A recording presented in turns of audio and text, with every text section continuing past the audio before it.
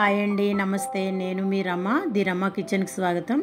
ఈరోజు మన రెసిపీ వచ్చేసి ఒక సైడ్ డిష్ రెసిపీ అరటికాయ ఫ్రై. ఈ అరటికాయ ఫ్రై చేసుకోవడానికి మనకి ఏమేమి కావాలో చూద్దాం. ఇప్పుడు ముందుగా చెక్కు తీసి ముక్కలు కోసి పెట్టుకున్నటువంటి అరటికాయ ముక్కలు.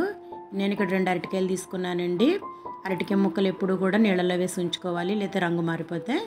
పోపు దినుసులు శనగపప్పు, మినపప్పు, ఆవాలు, జీలకర్ర, ఎండుమిర్చి, కొంచెంగా కరివేపాకు. దీంట్లో మసాలా కోసం కొంచెంగా వెల్లుల్లి రేఖలు, పచ్చిమిర్చి, జీలకర్ర కచ్చాపచ్చాగా మిక్సీ పట్టుకోవాలి. అంతేనండి, చాలా సింపుల్గా చేసుకోవచ్చు 10 నిమిషాల్లో. ముందుగా అరటికాయ ముక్కల్ని కొంచెంగా ఉప్పు, పసుపు వేసి 5 నిమిషాల సేపు ఉడికించి పక్కన పెట్టుకోవాలి.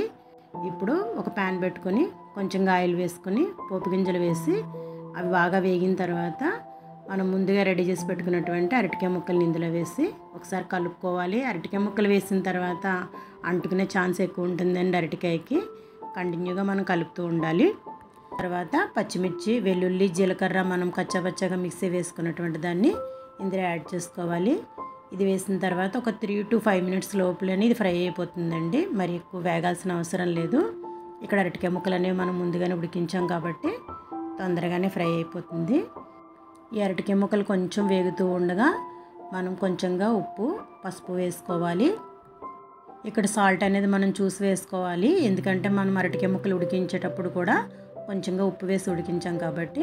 చివరిగా కొంచెం సాల్ట్ చెక్ చేసుకొని కొత్తిమీర చల్లుకుంటే వేడివేడిగా అరటికాయ ఫ్రై అనేది రెడీ అయిపోతుంది. ఇది చల్లారిన తర్వాత కొంచెంగా నిమ్మరసం కూడా పిండుకుంటే టేస్ట్ మరింత బాగుంటుంది.